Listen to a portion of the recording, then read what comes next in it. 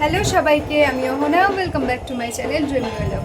পুজো তো একদম এসেই গেছে, তো তার জন্য আজ আমি তোমাদের সাথে যে ভিডিওটা শেয়ার করতে চলেছি সেটা হলো পুজোর নবম লুক, মানে নবমীর লুক। আর যেহেতু নবমীর দিনে সবাই বেশিরভাগ ওয়েস্টার্ন ড্রেস পরে, তো তার জন্য আমি ওয়েস্টার্ন ড্রেসের সাথে আজকের লুকটা ক্রিয়েট করেছি। তোমরা এই লুকটা যে কোনো শাড়ি, চুড়িদার সব কিছুর সাথেই করে নিতে পারবে। এবং এই লুকটা করার জন্য আমি যা যা প্রোডাক্টস ইউজ করেছি সবই মোটামুটি তোমরা 500 টাকার মধ্যেই কিনতে পারবে, এবং কিছু কিছু প্রোডাক্টস তার থেকেও কম দামে কিনতে পারবে। তো চলো কিভাবে আজকের লুকটা আমি ক্রিয়েট করেছি সেটাই তোমাদের সাথে শেয়ার করি। তো সবসময়ের মতো আমাদের ফেসকে আগে ক্লিন করে নিতে হবে। তো আমি অফ ক্যামেরায় আগে আমার ফেসটা ক্লিন করে নিয়েছি। এরপর আমি ইউজ করে নিচ্ছি একটা সিরাম। এটা হলো গ্লোবাসের 1% salicylic and glycolic acid serum. এটাই আমি রোজ ইউজ করি, তো তার জন্য আমি এটা ইউজ করেছি। তোমরা রোজ যে সিরাম ইউজ করো তোমরা সেই সিরাম ইউজ করে নিতে পারো। তো আমার সিরামটা যেহেতু অ্যাপ্লাই করা হয়ে গেছে, এরপর আমি ইউজ করে নিচ্ছি একটা ময়শ্চারাইজার। আর ময়শ্চারাইজারের জন্য আমি ইউজ করছি জয়া স্কিন ফুড ময়শ্চারাইজার। তোমরা তোমাদের রেগুলার যে কোনো ময়শ্চারাইজার ইউজ করে নিতে পারো। তো ময়শ্চারাইজারটাকে কিন্তু স্কিপ করা একদমই চলবে না, কারণ ময়শ্চারাইজারই আমাদের মেকআপ বেসকে স্মুথ করে। যদি তোমরা এই মেকআপটা সকালবেলা করো তাহলে অবশ্যই একটা সানস্ক্রিন এরপর অ্যাপ্লাই করবে। তবে এই মেকআপটা আমি যেহেতু সন্ধ্যের জন্য দেখাচ্ছি, তো তার জন্য আমি কোনো রকম সানস্ক্রিন অ্যাপ্লাই করিনি। ময়শ্চারাইজারটা সারা ফেসে ভালো মতো ব্লেন্ড করে নেওয়ার পর আমি ইউজ করে নিচ্ছি ব্লু হেভেনের প্রাইমার। তোমরা তোমাদের পছন্দের যে কোনো প্রাইমার এক্ষেত্রে ইউজ করতে পারো, অথবা অ্যালোভেরা জেলও অ্যাজ আ প্রাইমার তোমরা ইউজ করতে পারো। প্রাইমারটা কিন্তু আমি আমার সারা ফেসে ইউজ করিনি, শুধুমাত্র টি জোন এবং চিন এরিয়াতেই অ্যাপ্লাই করেছি। তো আমার প্রাইমার তো অ্যাপ্লাই করা হয়ে গেছে, এবার ওটাকে আমি একটু রেস্ট করার জন্য ছেড়ে দিচ্ছি। আর ততক্ষণে আমি আমার আইব্রোটাকে হালকা করে ফিল করে নিচ্ছি। আইব্রো ফিল করার জন্য আমি একটা আইলাইনার পেন ইউজ করেছি। আর অফ ক্যামেরায় আমি সেমভাবে আমার অপর আইব্রোটাও করে নিয়েছি। এরপর আমি অ্যাপ্লাই করব ফাউন্ডেশন। আর ফাউন্ডেশনের জন্য আমি ইউজ করছি মার্সের ফাউন্ডেশন। ফাউন্ডেশনটাকে আমি আমার হাতে এক পাম্প নিয়ে নিয়েছি, আর তারপর সেটাকে একটু ওয়ার্ম আপ করে আমার ফেসে অ্যাপ্লাই করছি। এই ফাউন্ডেশনটা একটা হাই কভারেজ ফাউন্ডেশন, তাই বেশি লাগানোর একদমই প্রয়োজন পড়ে না। আর যেহেতু আমার ফেসে কোনো রকম দাগ ছোপ বা পিগমেন্টেশন নেই, তো তার জন্য আমি কোনো রকম কালার কারেক্টিং করিনি। তোমাদের ফেসে যদি দাগ ছোপ বা পিগমেন্টেশন থেকে থাকে তাহলে তোমরা আগে কালার কারেক্টিং করে নেবে, আর তারপর এইভাবে ফাউন্ডেশন ইউজ করবে। তো ফাউন্ডেশনটা ব্লেন্ড করার জন্য আমি একটা ড্যাম বিউটি ব্লেন্ডার ইউজ করেছি। তোমরা চাইলে ব্রাশ দিয়েও ফাউন্ডেশনটাকে ব্লেন্ড করতে পারো। ফাউন্ডেশন ব্লেন্ড করার জন্য কিন্তু কোনোভাবেই শুকনো বিউটি ব্লেন্ডার বা ভেজা বিউটি ব্লেন্ডার ইউজ করা যাবে না। বিউটি ব্লেন্ডারটাকে জলে ভিজিয়ে একদম জলটা নিংড়ে নেওয়ার পর যে হালকা ভেজা ভেজা ব্যাপারটা থাকবে, সেই বিউটি ব্লেন্ডার কিন্তু আমাদের এক্ষেত্রে ইউজ করতে হবে। কারণ শুকনো বিউটি ব্লেন্ডার বা ভেজা বিউটি ব্লেন্ডার কোনোটা দিয়েই আমাদের মেকআপ ব্লেন্ড করা যায় না, কারণ শুকনো বিউটি ব্লেন্ডার দিয়ে ব্লেন্ড করলে মেকআপটা কেকই দেখাবে। আর ভেজা বিউটি ব্লেন্ডার দিয়ে যদি তোমরা মেকআপ ব্লেন্ড করতে যাও তাহলে কিন্তু সেটা একদমই ব্লেন্ড হবে না। তো ফাউন্ডেশনটাকে যেহেতু আমি আমার গলাতেও অ্যাপ্লাই করেছিলাম, তাই গলার ফাউন্ডেশনটাকেও ভালো মতো ব্লেন্ড করে নিচ্ছি। আর এরপর আমি ইউজ করে নিচ্ছি কনসিলার। আমি যে কনসিলারটা ইউজ করছি সেটা হলো মার্সের ক্যান্সার কনসিলার। আর এই কনসিলারটাও ফাউন্ডেশনের মতো একদমই হাই কভারেজ একটা কনসিলার। তো এই কনসিলারটা আমি একদমই অল্প করে আমার হাইলাইটিং এরিয়াতে অ্যাপ্লাই করেছি। আর কনসিলারটাকেও কিন্তু আমি বিউটি ব্লেন্ডারের সাহায্যে সুন্দর মতো ব্লেন্ড করে দিচ্ছি। মেকআপ করার ক্ষেত্রে সব থেকে ইম্পর্ট্যান্ট হলো ব্লেন্ডিং। আর তোমাদের ব্লেন্ডিং যত ভালো হবে মেকআপ কিন্তু ততই দেখতে ভালো লাগবে। আর আমার মেকআপ ব্লেন্ড করতে প্রচুর টাইম লাগে, মানে আমি একদম আস্তে আস্তে ধরে ধরে মেকআপ ব্লেন্ড করি।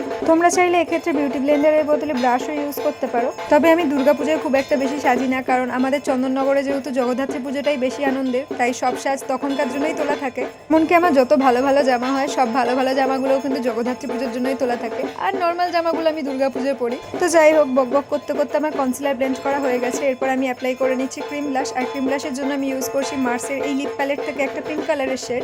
আর একই সাথে আমি কন্ট্যুরিংটাও করে নিচ্ছি।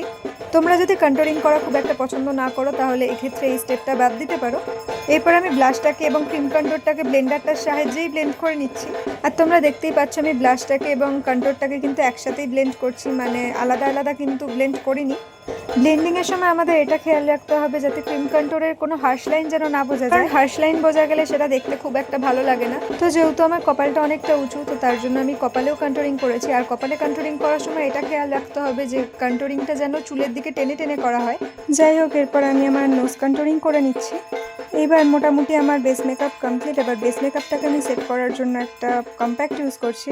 তো আমি যে কম্প্যাক্টটা ইউজ করছি সেটা হলো ল্যাকমির কম্প্যাক্ট। তোমাদের কাছে রয়েছে এমন যে কোনো কম্প্যাক্ট, তোমরা এক্ষেত্রে ইউজ করে নিতে পারো। তোমরা অ্যাফোর্ডেবল বাজারে প্রচুর কম্প্যাক্ট বাজারে কিনতে পারবে, তো সেগুলোও তোমরা ইউজ করতে পারো। তো যেহেতু আমি গলাতে আমার ফাউন্ডেশন অ্যাপ্লাই করেছিলাম, তাই গলার ফাউন্ডেশনটাকেও আমি কম্প্যাক্ট দিয়ে সেট করে নিলাম। এরপর আমি হাফ অ্যান্ড হাফের এই ছোটো প্যালেটটা নিয়ে নিয়েছি, যেটা তোমরা মাত্র 150 টাকার মধ্যেই কিনতে পারবে। এবং সেটা থেকেই একটা পিঙ্ক কালারের শ্যাডো নিয়ে আমি অ্যাজ আ পাউডার ব্লাশ সেটাকে অ্যাপ্লাই করছি। করছি। তো যেসব জায়গায় আমি ক্রিম ব্লাশ অ্যাপ্লাই করেছিলাম সেসব জায়গাতে পাউডার ব্লাশ হিসেবে আমি শ্যাডোটাকে অ্যাপ্লাই করে নিচ্ছি। তো তোমরা তো দেখতেই পাচ্ছ যে আমি আমার গালে একটু বেশি পাউডার ব্লাশ অ্যাপ্লাই করে নিয়েছি, তো সেটা আমি ঠিক করে নিয়েছি। তো এরপর আমি ইউজ করে নিলাম সেটিং স্প্রে, আর সেটিং স্প্রের জন্য আমি ইউজ করেছি হিলারি হুডার 3-in-1 সেটিং স্প্রে। এরপর আমি সেম এই হাফ অ্যান্ড হাফের প্যালেটটা থেকেই আমার আই মেকআপ করছি। তো প্যালেটটা থেকে আমি একটা ডার্ক ব্রাউন শেড নিয়ে নিয়েছি এবং সেটাকে আমি আমার আইলিডের আউটার কর্নার থেকে ইনার কর্নারের দিকে হালকা করে ব্লেন্ড করে দিচ্ছি।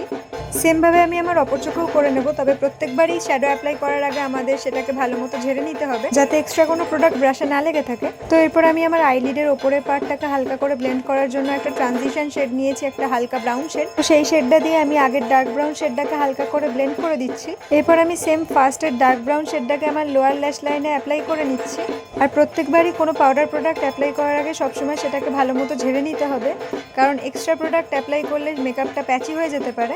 তো শ্যাডোটা আমার লোয়ার ল্যাশ লাইনে অ্যাপ্লাই করা ডান। এরপর আমি অ্যাপ্লাই করে নেব শিমার।